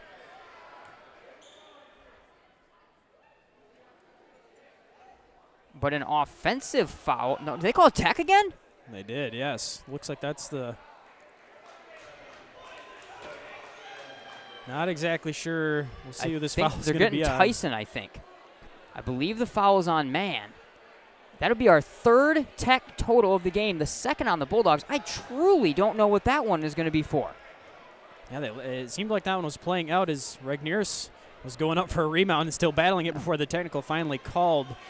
Tyson Mann at the time really not even there. Don't know if he was trying to ask or saying something about wanting a foul as he was driving to the basket. So that's foul 2 on man, 3 on the team. And Greenfield able to get 1 of 2 at the line. So now 2:49 to go, third quarter, 46-31. Tyson will take a seat. And the coaching staff, I think, kind of telling him you got to be smarter. But also, I mean, at this point as a coaching staff, you are definitely having to lock your guys down and say nothing. Do not say anything. Do not do anything overly aggressive because it's just that sort of a vibe of a game. And I don't know what it was pregame with Caledonia that drew their tech. Vanderwood off the mark, and Highbore will take it. Grandville leads 46-31, but as Postma's in for man, it certainly is a little bit different vibe of a game down the stretch this time than the very physical, aggressive game last time. Steal from Mason McKenzie to the rack and got the finish. Mason McKenzie applying pressure the entire time as Postma had the ball in his hands. Eventually able to poke it free and get the easy transition bucket. So Tyson briefly on the bench. They go to that full court man defense. McKenzie was looking for another steal. Here's Postma driving in. 2:06 to go in the third quarter. 46-33 Grandville. Postma to back it out. Tyson at the scorer's table, set to come back in. Here's Haight. Regneris spins on Googans and finishes. Maybe the best offensive game of the year for Cam Regneris. He has 18. It's 48-33. I think you're exactly right. He's now working from the perimeter a little as well. Hit the three-point shot earlier and then now able to put on the floor, make a move, a couple spins. Travel on Mason McKenzie. Stockwell, Tyson Mann back in. Bulldog technical squad coming in for action here. 90 seconds to go, third quarter, 48-33. I'll be curious to talk to the team if we get a chance after the game, though, to figure out kind of what all of these technicals in this game are for. Full court pressure on. Tyson Mann able to one-on-one with Holt, beat it, swing it to Stockwell. Got away from McKenzie. Corner Boston Postma off the mark, and McKenzie down to the board. And Caledonia trailing by 15, going to up the pace here to the final minute of the third quarter. Maddox Greenfield to the rack, reaching and scoring around Cam Regneris. Tough one for Greenfield. He has 5. It's Grandville 48, Caledonia 35. Final 1:02 of the third. Stockwell directing some traffic. He'll bring Tyson Mann over there. And then fake that handoff as the pressure was there. Lane, open C. Parkson Stockwell goes through it. He's got 7. Grandville back up 15, 50-35. 43 seconds in the third. Great work from Stockwell with the ball in his hands there, seeing the lane open up after the handoff. Vanderwood the answer as the teams continue to go back and forth. He now has 11 to match his team's lead in scoring. 50-37 Grandville. Final 25 seconds. Foul is on Holt there. And a timeout from Coach Young. 24.6 third quarter, 50-37 the Grandville lead. The Grand Rapids Sports Hall of Fame celebrates the city's rich sports history by honoring prominent West Michigan athletes and those who have contributed greatly to sports on a local, state, or national level. The GRS HOF also presents annual events in support of West Michigan athletes and raises funds to support local youth organizations and charities. Follow the Grand Rapids Sports Hall of Fame on Facebook and check out pictures and biographies of all 181 inductees at grshof.com. 24.6 seconds to go. Third quarter, Grandville 50, Caledonia 37, 3 fouls on either team in this half. The key part of the game, though, 2 technicals on Grandville during the game, 1 technical before the game on Caledonia, and that kind of opens up into a little bit of the sort of game it's been. Yeah, it's got a little different feel to it than maybe you would expect just looking at the scoreboard. The Bulldogs have looked pretty good all night long. They opened up a pretty big lead in the third quarter. The Scots got it right now back down to 13, but those couple technical fouls in there kind of have a little different feeling to this game, as now both these teams going to have to be very cautious as they play the rest of this third quarter and into the fourth. Absolutely. Here we go. Bulldogs inbound it to Tyson Mann, and Caledonia will open up with a little bit of that 3-2 type, a little bit of a matchup zone look they'll throw at you. Elbow Regneris trying to feed Heckman. Last touch by Corbin, and Caledonia takes over. But the Scots, it's normally we've seen a full court 1-2-2. Really haven't seen that out of them today. A little bit more, though, of the quarter court 1-2-2, 3-2 type look right there. Racing from Holt, fouled by Ryder Haight. 4th foul of the half on the Bulldogs. 7.5 in the third, 50-37. That's the first foul on Ryder Haight. Holt immediately driving his way up the floor as quick as he possibly could. Impressive for an aggressive defender like Ryder to not have a foul yet in this game in particular. Here is Googans in the wing, spinning to the rack and trying to reach around Regneris. They'll get Regneris on the foul, though, and with 4.2 in the quarter, that will send Googans to the line. That's 2 fouls on Cam Regneris, but Cam, the spin move put him a little bit behind the play and wound up reaching over on the foul. Yeah, Regneris does a tremendous job normally blocking shots like that. That time a little bit too much and not enough straight up, and leaning a little bit too much as he was trying to make up for the spin move and try to regain some of that ground. Talked about free throw shooting from the last game and how big of a factor it was. I think both teams are sub 40%. It really honestly feels like in this game. Googans goes 1 of 2. He has 12. He's his team's leading scorer. Mann at the horn. Got it! Tyson, a pull-up triple over top of the defender. Mann with 8, and Grandville leads by 15 after 3. We will be right back. Jerry opened the letter. An eviction notice? He and his family couldn't bear to move again. It was warm and they had plenty of space for their acorns. Anxiety took a hold of him. Then suddenly, you've got squirrels in your engine and they chew through the wiring. And it was covered, thanks to a farmer's agent. Engine Bay Squatters, May 23rd, 2015. Talk to farmers. We know a thing or two because we've seen a thing or two. We are farmers. Bum, bum, bum, bum, bum, bum. Contact the Scott Bates Agency today at 616-531-3441. Your local farmer's agent who helps you plan for the unexpected. I'm Randy Hansen, president of Centennial Securities. I've heard it said that professional coaches measure success in rings, college coaches measure success in championships, and high school coaches measure it in titles. But youth coaches measure success in smiles. At Centennial Securities, we're like the youth coach. Our success is measured by the smiles on the faces of our satisfied clients. If you're a Centennial Securities customer, you know what I mean.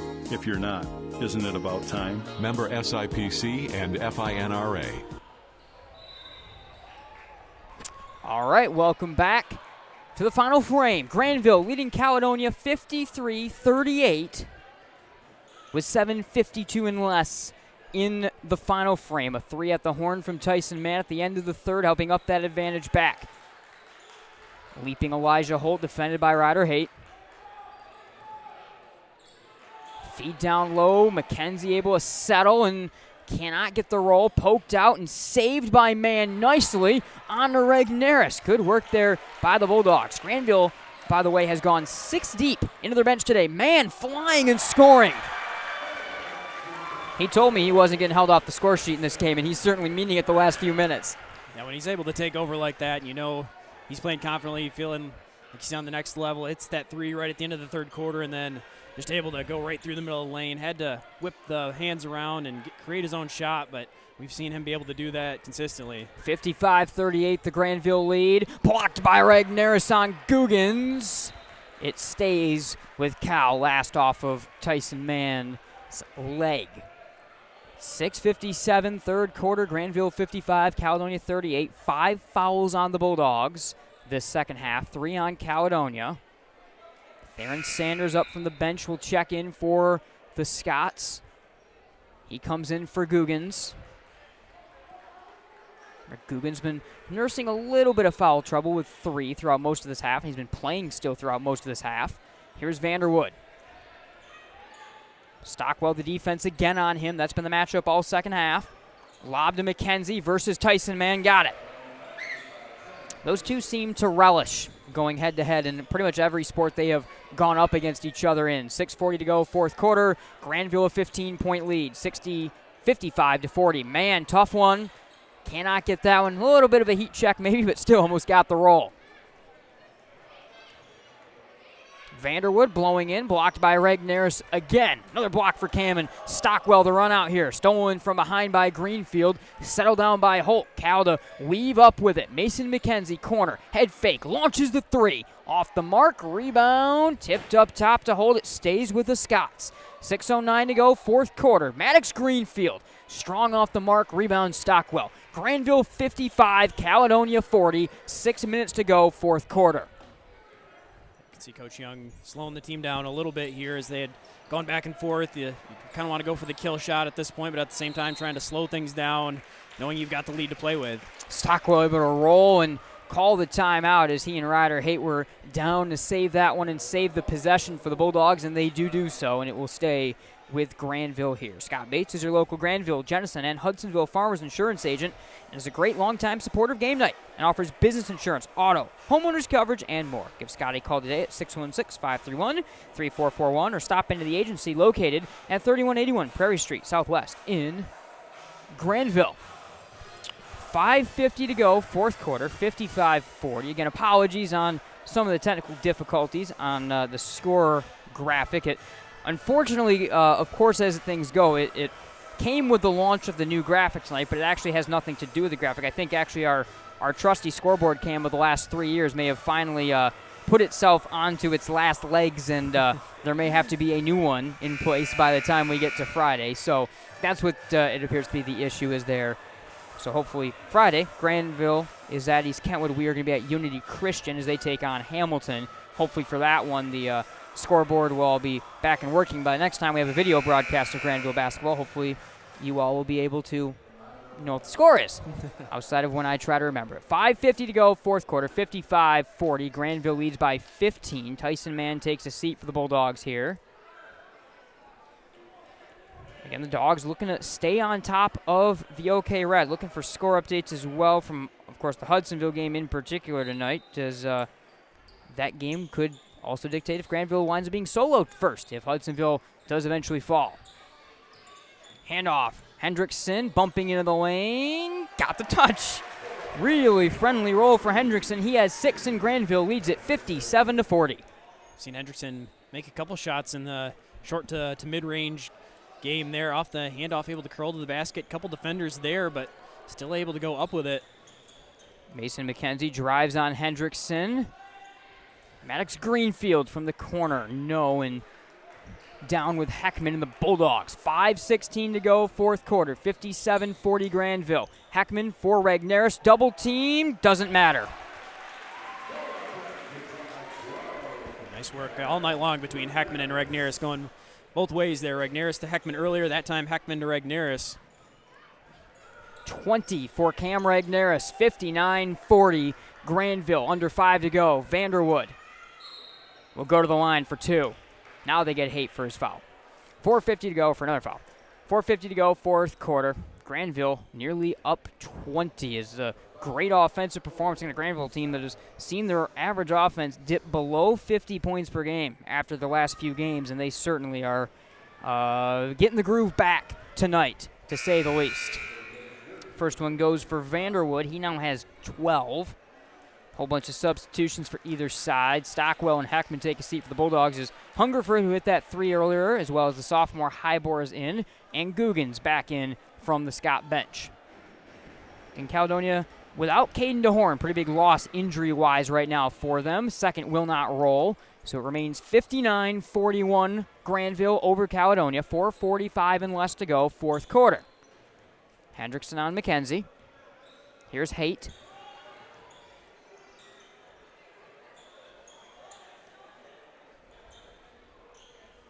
Back to that original matchup. Nice job. Hendrickson shaking free of McKenzie. Had the run, but through a little bit of late pressure at the rim, cannot finish. McKenzie, the underhand feed for Greenfield, who will settle it back up. 4:19 to go in the ball game. 59-41 Grandville. Lob, Googans to the line. Foul on Colin Hybor. 4:13 to go. And Caledonia into the bonus as well. 7th team foul in the first on the Bulldogs' sophomore wing. Googans been drawn the matchup down low against Cam Regneris a lot of the night, and he's been trying to battle down there, but as soon as he gets a switch or gets that matchup changed, he's right away going for it there, able to get the matchup against the sophomore Hybor and going for it and gets himself to the line. Summers comes in for Haight here. Googans able to get them both. He has 14. Grandville's lead down to 59-43. Greenfield fouls Hendrickson, just the 4th on Caledonia.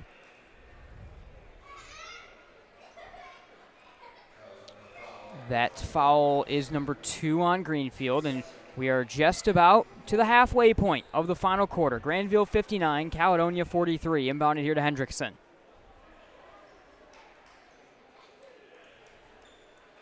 Summers. High board for Hendrickson. Greenfield now the defense on him. McKenzie switched across the floor to Summers right now.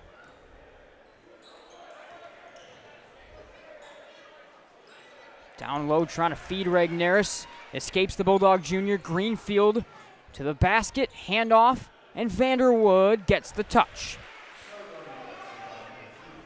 14 for Vanderwood. Make it a 59-45 game. Bulldogs beat the pressure to Hybor. Kicks corner. Worked around to Summers. Found the open man and one. 22 with a chance for one more for Cam Regneris. Great feed from Nate Summers. Caught it on the perimeter in the right wing. Probably could have shot the 3. Steps inside the arc. Might even had a mid-range there, but the great vision across the lane to see Cam Regneris wide open, standing underneath the basket. Slipped that pass through there. Tyson Mann back in for Hybor here. Regneris completes the three-point play. 23 for Cam Regneris in this one. 60-45, Grandville by 15, final 3:15. McKenzie knocks it down. 8 for McKenzie, timeout, Caledonia. Centennial Securities is a community service-focused, locally owned investment firm with strong Midwestern values. Since the day they opened their doors in 1978, they have and will continue to recognize that it's not prudent to take a one-size-fits-all approach to investing. Check out Centennial Securities online at centennialscc.com. Solid night all around for the Bulldogs continues. I mean, defensively, it's going to be a little bit higher number probably at the end than we've seen them giving up a lot of nights, but it's because the offense has been flowing. It's been a little bit faster-paced play. Yeah, they've really, with the lead that they've been able to open up, have forced the Scots to try to turn up the pace as well, which is now going to up the numbers in terms of scoring. But the Bulldogs have controlled this one most of the way through here tonight, if not the whole way. So now just trying to close this one out. The final 3 minutes, probably going to be shooting some free throws, some good chance to work on that and some in-game opportunities. A lead down to 12. Immediately foul on McKenzie on the inbound. His 3rd, team 6th. Holt will come in as Greenfield goes to the bench. Not against McKenzie, but better be careful putting his arms up after a foul like that one on the inbound. Here's Hungerford for Tyson Mann. Bumping into Holt with no foul call there after the initial touch foul call. Skip corner Regneris. 2:55 fourth quarter. McKenzie all over Tyson Mann. 60-48, Grandville by 12. Mann, good first move, bursting to the rim and finishing. Scooping it down, Tyson Mann with 12, and Grandville goes up 14. Quick answer off the mark for Vanderwood.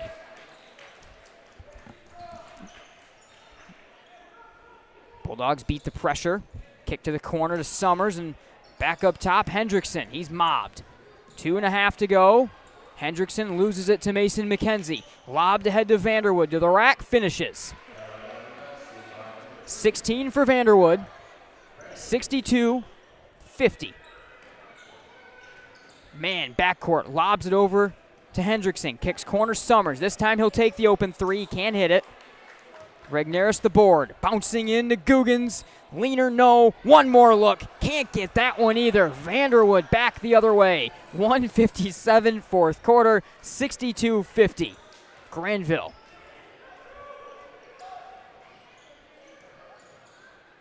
Googans fakes around Regnerus. He was just trying to draw the contact right there. Can't get it. Summers trapped and puts that one off the leg of Googans smartly. Terry comes in for Regnerus. And a long second half for Regnerus to get a quick breather right here. 1:41 to go, fourth quarter. 62-50 Grandville. Cal full court pressure on again. Regnerus past McKenzie.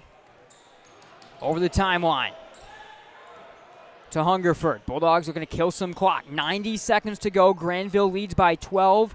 Looking to stay atop the OK Red, avenge the loss that they suffered at Caledonia. And McKenzie starts the foul game with 1:23. So we talked about it. Free throw shooting been a trouble spot for both teams in this game. Free throw shooting was a trouble spot for the Bulldogs the first time these teams played. And now Tyson Mann will get to be the first Bulldog to draw to the line. He has 12 in the game. That's foul 4 on Mason McKenzie. Both teams into the bonus. And not an ideal start at the line for the Bulldogs as we begin the foul game, as McKenzie's got the run out down 12. Kyan Vanderwood stepping around man. Hungerford met the challenge defensively, and Hendrickson pulls down the board.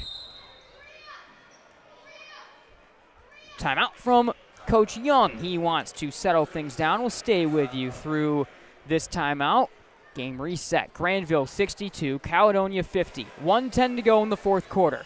8 fouls against Grandville, 7 fouls against Caledonia. Nate Dreyer and Chandler Timmer with you in CT. Again, foul shooting now is the only thing for the Bulldogs that could possibly take away was otherwise very well fought and seemingly well-earned victory tonight, but have to execute for the final 1:10. Yeah, still got a little bit of this game left that he played so well through the first 3 quarters and all the way into the fourth quarter. Now just a minute left here. The one thing you got to do is close this one out. You got to hit your free throws. It's been the one thing that they've struggled with at times, really throughout the whole course of the game, not just in the fourth quarter. So an opportunity here to close this one out. Feel really good about yourselves if you can hit some free throws down the stretch. Back the other way with Tyson Mann. Oh, that's us. And the Bulldogs. Weights have been lifted. Sprints. Let's get it kicked around. Folks, we've only been doing this for 2 months. Only 2 months have we had the camera working and been trying to do things. It's been a long night. Nothing has worked all night long. The only thing that has worked, honestly, in the entire gym is the Grandville offense all night long at this point in time. Nothing regarding us has worked. I apologize. Foul on Hungerford. I'm sure all of you have just gone over to the Grandville feed anyway at this point in time. But Hungerford will go to the line, and he will shoot a couple for the Bulldogs. 8th foul on the Scots and foul 4 on Greenfield. He and McKenzie are swapping on and off the floor, along with Paletti. 53.6 to go in the ball game. 62-50. Hungerford seeing some more minutes here tonight, earlier on as well, but now especially as the Bulldogs looking for another guard who can handle the basketball as the Scots turn up the pressure. Very good game for Drew. I think on the whole, hit the 3. Good defensive moments as well. I think he did what they need to have him do out there. Able to go 1 of 2 at the line. Grandville leads it 63-50. Final 49 seconds. Googans to the rack, forces and scores over top of Terry. 16 for Googans, and that certainly is a really tough one that he is able to knock down. We'll stay with you one more time. Again, thanks to the Scott Bates Farms Insurance Agency, Centennial Securities, and thank you to some of the sponsors that maybe had one ad break cut short because of our halftime searching for answers on some of our different technical stuff out there tonight. All right, 45.8 to go now, 63-52. Grandville the lead. And again, the foul game continues. The Bulldogs haven't been excellent so far at the line. But right there, the first time they've given up a basket, it was a really tough make for Googans. So even if the free throw shooting isn't there, the defense has definitely picked it up down the stretch for the Bulldogs. Yeah, the defense on for the Bulldogs end has made things difficult for the Scots. The Scots, though, winning that exchange there, the 1 for 2 at the free throw line, getting the 2 on the other end, getting a timeout once again to set things back up here and keep on pushing and seeing if they can't get something to happen here. Of course, time going to start to play even bigger factor now. 45 seconds, not much time at all, so really going to have to start winning on these trade-offs here between the free throws, and on the other end, probably going to have to hit a couple threes quickly as well. Lead is 11 for Grandville with 45 seconds to go. 63-52. Caledonia brings the full court man-to-man pressure again. See a couple changes out there for the Bulldogs. The lob pass all the way down to Postma, poked out from behind. So Coach Young has gone to the bench right now. All of his bench pieces, Jackson DeYoung, saw Summers, Postma, Terry, and then Hungerford we were talking about. So he goes full on the bench here with 44 seconds to go, trying to get some experience for these guys. An 11-point game. Foul on Greenfield. And DeYoung to the line. And that'll do it for Greenfield. That's his 5th.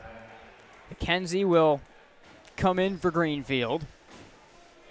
And again, Jackson DeYoung, junior guard, to the line. Saw him, I think he scored at the end of the West Iowa game.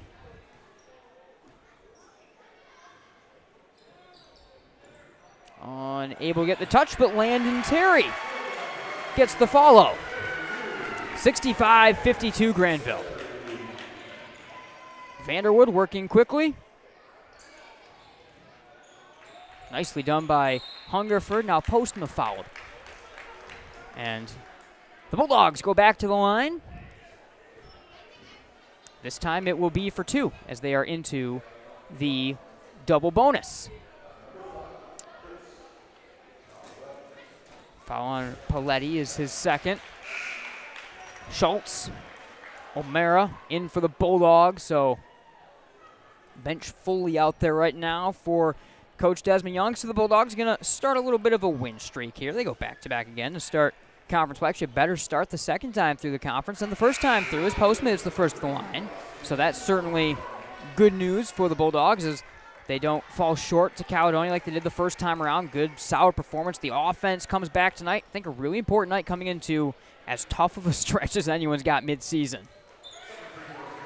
Postma hits them both, 67-52. The Bulldogs back up 15, which is pretty much what it's been all second half long.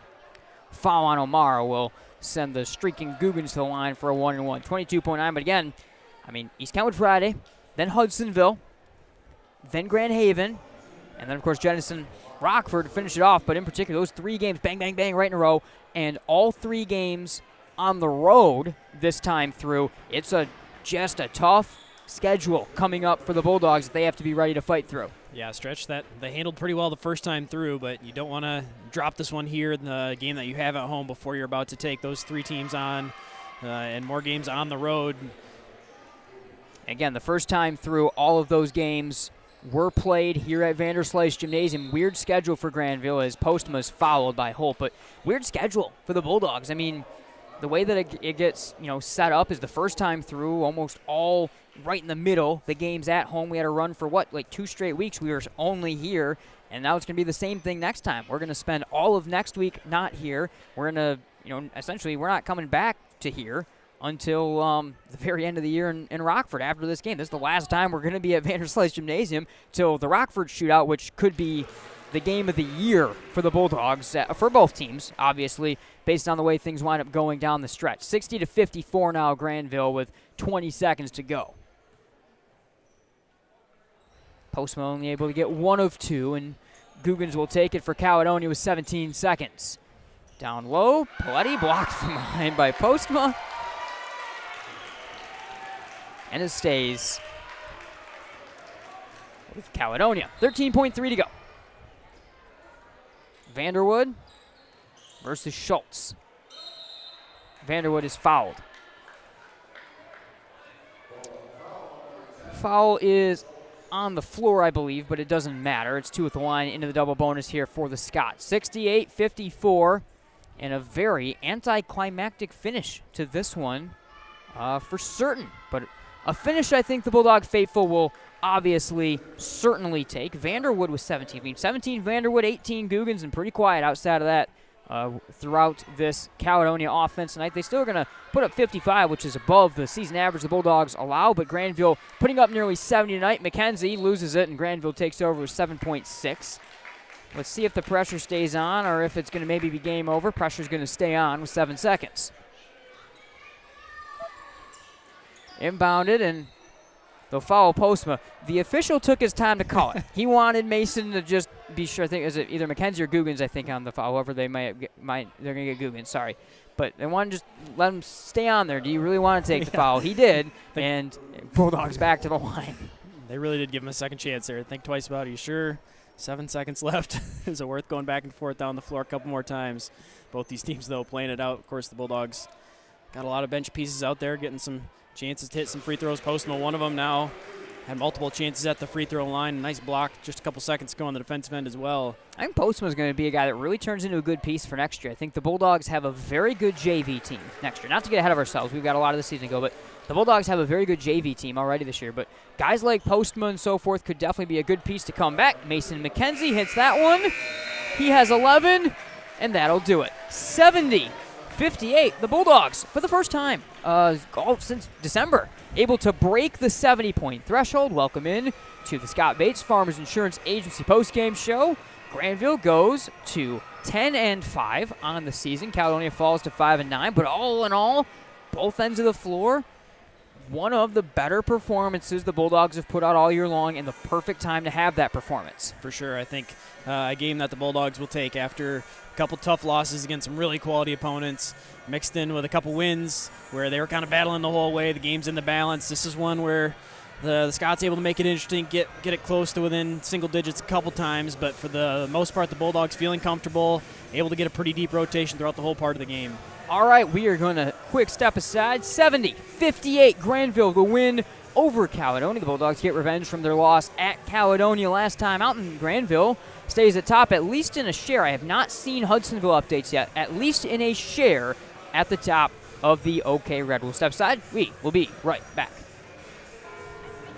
The sinister cries haunted Mary through the night.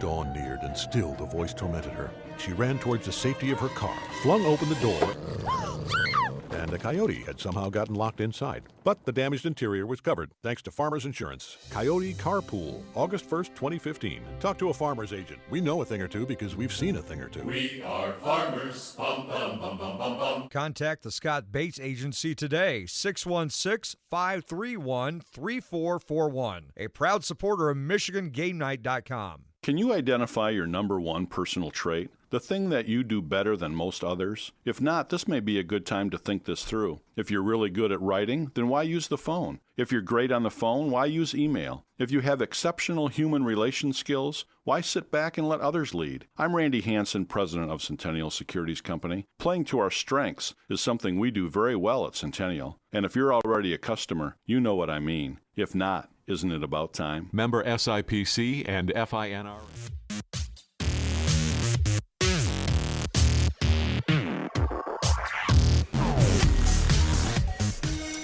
All right, welcome back. Nate Dreyer, Chandler Timmer with you here on the Bates Agency postgame show. Grandville 70, Caledonia 58, your final. The Bulldogs go to 10-5 on the year. They go 7-2, stay atop the OK Red. All right, CT, take us through a scoring update, then we'll get you our Centennial Securities player of the game. All right, for the Fighting Scots, leading scorer, Jaden Googans with 18 points. Vanderwood with 17, right there trying to keep pace. McKenzie with 12 points.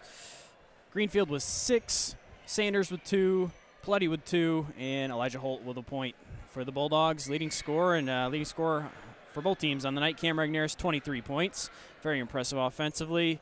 Also, Tyson Mann with 12. Coburn Heckman with 8. Quentin Hendrickson with 6. Logan Stockwell with 7 in there as well. Postma with 5. Hungerford with 4. And then with 2 points, Hybor, Terry, and Haight. Some nights, the Centennial Securities player of the game is one of the more difficult things that we do throughout the night. Tonight, that certainly is not the case. It's easy to go with, and it goes to Cam Regnerus. He goes for 20-plus tonight, like you just mentioned. Huge offensive night. You know, we always say with Cam, it's a lot of times important that he just kind of does his role in that. You know, we've talked about that kind of 14 to 17-point sweet spot where if he's doing that, everyone else is scoring around him. Tonight, he just kind of took over and did a little bit more and really led the way. And whenever there may have been a lull in the offense, there certainly wasn't a chance for there to be that lull to come up. Yeah, he's really, when he can be that force down low, and he's got the matchup, especially like tonight when they can go to him and he's got that size and he can be a real scoring threat. And I think he's pretty consistent getting into the 10 to 15 in that range that you talked about. But when he takes over and gets to the 20-point threshold, and of course getting a lot of scoring help and depth from there as well helps. But when he's getting there, it's really shown that he's dominating down the matchup. Of course, you can't forget the defensive end, how many blocks and rebounds he's getting there as well. That helped. Absolutely. All right. Big win for Grandville. I mean, it's a big win, not just, I mean, of course, it's a team in Caledonia that now is 2-7 in the red, but they beat you the first time around. It's a huge momentum win. Also, we talked about it. Winning against West Ottawa, winning against Caledonia was a must. If Grandville did not win both of these games, I don't think they were going to have a chance to win the conference, because you can pretty much expect through the tough 4 games coming, everyone's praying for a 2-2 split. So if you didn't win these 2 games, you weren't winning the conference. Now, I think people, after maybe Grandville gone through that lull because they struggled against Rockford, and then I think people discredited Grandville too much for the Grand Rapids Christian loss. I think maybe you should have credited Grand Rapids Christian for, are they actually the best team in the area? I think we're starting to learn based on some of the last couple days. So I think you put all those things together. I think things are trending back in that direction for Grandville. It all starts Friday, though, against East Kentwood. Yeah. Sorry, go ahead. No, just the intensity gets turned up very quickly. I think, you really got to stockpile wins when you can, and you get a couple matchups against some of the teams at the bottom that even though Caledonia beat you the first time, those games you just got to have if you're looking to win the conference. All right, Bulldogs win. I get to become producer guy now the rest of the night and try to figure out some of our graphics and stuff to have that ready. What does the rest of this week look like? Well, remember on Friday we're back at it, but not with Grandville. The Grandville East Kentwood game, there are streams. There's a YouTube stream. There's different ways you can find it through East Kentwood. If you're a Bulldog fan, looking out for that game on the road. Just a little bit of a change in our schedule with the way that scheduling worked out for this weekend. Hamilton Unity Christian will go see the Crusaders for the first time. I guess not the first time this season, but we'll go to UC for the first time this basketball season. We actually didn't go there during football season this year either, oddly enough, as well. So that's coming up on Friday night, 5:30. We're on the air from Unity Christian, and then Grandville and East Kentwood. YouTube and other places you can find that broadcast. Also, we'll see if Michigan Sports Radio, doesn't sound like there's a plan to have a broadcast, but stay tuned just in case something changes with that. So big one for the Bulldogs as they take on East Kentwood. We'll have Grandville coverage then starting back up with the Hudsonville game at Hudsonville on Tuesday and going forward after that. All right, for Chandler Timmer, I am Nate Dreyer. We'll see you all next time. Bulldogs, big win over Caledonia.